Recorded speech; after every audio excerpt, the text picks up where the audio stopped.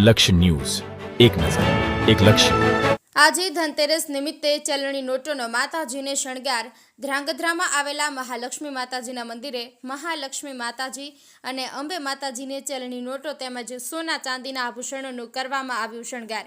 આજે ધનતેરસ છે. આજના દિવસે લોકો લક્ષ્મીજીનું પૂજન કરતા હોય છે, ત્યારે લોકો પણ એવું ઈચ્છતા હોય છે કે મહાલક્ષ્મીજી માતાજી પોતાના ઉપર સદા વરસતા રહે. ત્યારે ધ્રાંગધ્રામાં આવેલા મહાલક્ષ્મી માતાજીના મંદિરે 25 વર્ષથી આજના દિવસે ચલણી નોટ તેમજ સોનાના આભૂષણો દ્વારા માતાજીના શણગાર કરવામાં આવે છે. આજે આ મંદિરમાં 2 લાખથી વધુ ચલણી નોટોનો શણગાર તેમજ આભૂષણોનો શણગાર કરવામાં આવ્યો હતો, જેમાં ચલણી નોટો જેવી કે 2, 5, 10, 20, 50, 100, 200, 500 જેવી ચલણી નોટોનો ઉપયોગ કરીને શણગાર કરવામાં આવ્યો હતો, જેના દર્શન કરવા માટે વહેલી સવારથી ભક્તો દર્શન કરવા આવી રહ્યા હતા. અને આજના દિવસે લોકો ઉપર માં લક્ષ્મીજીની કૃપા વરસતી રહે તે માટે લોકો પ્રાર્થના કરવા આવતા હતા. દર્શનાર્થી પણ આ શણગારના દર્શન કરીને આનંદિત થયા હતા. માતાજીના આ શણગાર માટેની તૈયારીઓ નવરાત્રિ પતે પછી તરત જ માય ભક્તો કરતા હોય છે. આ શણગાર કરતાં 12 કલાક જેટલો સમય થાય છે. મંદિરમાં મોડી રાત સુધી વિવિધ પૂજા કરવામાં આવે છે અને આજે વહેલી સવારે મહાઆરતી કરવામાં આવી હતી, જેમાં લોકો મોટી સંખ્યામાં જોડાયા હતા. ધ્રાંગધ્રા શ્રી મહાલક્ષ્મી માતાજીનું મંદિર, ભરતભાઈ પૂજારીના જય અંબે. આજે ધનતેરસના પવિત્ર દિવસે મહાલક્ષ્મી માતાજીના મંદિરમાં ચલણી નોટોનો શણગાર કરેલ છે.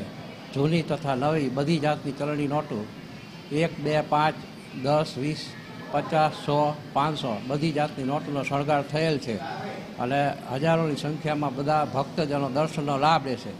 આ શણગાર કરતાં અમને 12 થી 13 કલાક લાગે છે અને આખું મંદિર શણગારવામાં 7 થી 8 દિવસ લગભગ થાય છે અને લગભગ